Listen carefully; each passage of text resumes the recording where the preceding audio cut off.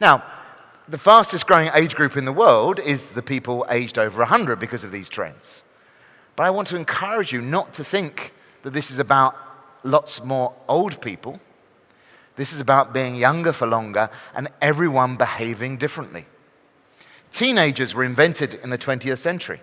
They didn't exist before. We just had children and adults. We invented retirement in the 20th century. In the 21st century, because of longevity, we're introducing whole new phases of life. Retirement is, of course, changing. We're seeing people behave differently in their 20s, but also people in their 30s and 40s are behaving differently. Now, as yet, it's not that you take a magic pill and you live for longer. This is a gradual process that affects every generation differently. So I'm born in 1965, so my life expectancy is around about low 90s. My children, I say, a very plausible chance of living to 100. So let me try and explain some of the issues that this raises. And along the way, I want to try and get you to rewire how you think about this. I've already told you this is not about end of life. This is not about aging. This is about being younger for longer. There are so many age stereotypes that we have created that we have to abandon. One of those is at 18 you do this and at 65 you do that. That is no longer appropriate. But also, as I'm saying, you are younger for longer. So what this chart shows you is mortality rates. So in 1922, an English male, age 65, had a 4.3% chance of dying in that year. Now it's down to 1.3. That's a 2/3 reduction. So people are living for longer. But we still think of 65 as being old. So who today has the mortality rate of that 65-year-old in 1922? And the answer is 78-year-olds. So in other words, 78 today is the equivalent actuarially of 65 in 1922.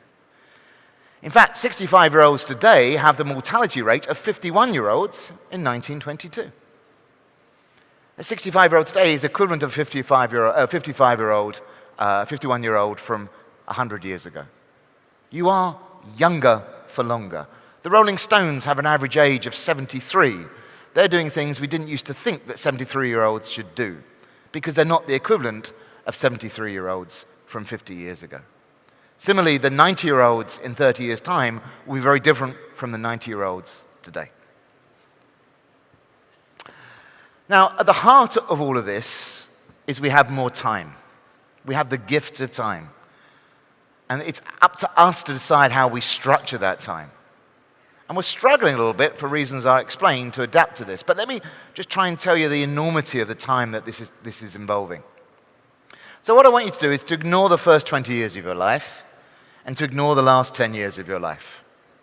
And I'll give you a weekend, and I'll give you some time off in the evenings, and everything else I'm going to call productive hours, things that you could do something with. If you're living to the age of 70, you have 125,000 productive hours. If you're living to 80, you have 150,000 productive hours. But if you're living to 100, you have 220,000 productive hours. That's nearly 100,000 hours more than if you're living to 70.